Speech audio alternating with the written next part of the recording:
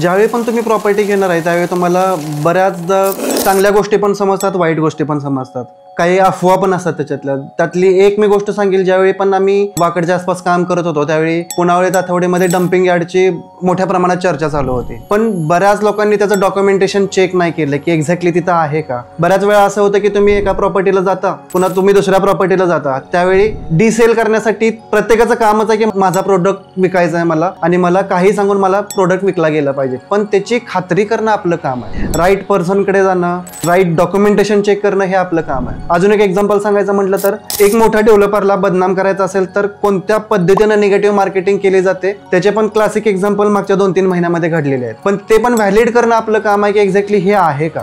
बरं, जर हे आहे तर राईट काय आहे, रॉंग काय आहे ह्याचं डॉक्युमेंटेशन आपल्याकडे आहे का. ह्या जर गोष्टी चेक केल्यानंतर जर आपल्याला खात्री वाटली तरच तिथं आपण पुढे जायचं, नाहीतर पुढे नाही जायचं. ज्यावेळी पण पुनावळे तातवडेला डम्पिंग यार्डचं न्यूज चालू होती त्यावेळी ज्या लोकांनी प्रॉपर्टी घेतलेली आहे आणि आता जाऊन त्या लोकेशनला प्रॉपर्टीचा रेट चेक करायचा, ज्यांनी थोडासा ट्रस्ट घेऊन किंवा डॉक्युमेंटेशनचा प्रूफ घेऊन बुकिंग केलं ना, त्यांना मोठ्या प्रमाणात तिथं त्यांना त्यांचे रिटर्न पण मिळालेले आहेत. कधी झालं, कधी घडलं, ज्यावेळी त्यांनी चेक केलं की एक्झॅक्टली आपण जो डिसिजन घेतोय तो व्यवस्थित घेतलेला आहे का, डॉक्युमेंटेशन चेक केले, समजून घेतलं आणि त्याच्यानंतर त्यांनी डिसिजन घेतले, त्यामुळे ते आज डिसिजन घेतलं त्याच्यामध्ये प्रॉफिटमध्ये आहेत. त्यामुळे माझं एक सांगणं आहे, मार्केटमध्ये अफवा पसरणार आहेत, निगेटिव्ह ज्यावेळी पण प्रॉपर्टी घेणार त्यावेळी तुम्हाला चांगले वाईट अनुभव तुम्हाला कानावर येणार आहेत, पण जे पण तुम्हाला समजणार आहे त्याचं व्हॅलिड डॉक्युमेंटेशन चेक करा आणि त्याच्यानंतरच तुमच्या प्रॉपर्टीचा तुम्ही डिसिजन घेतला पाहिजे.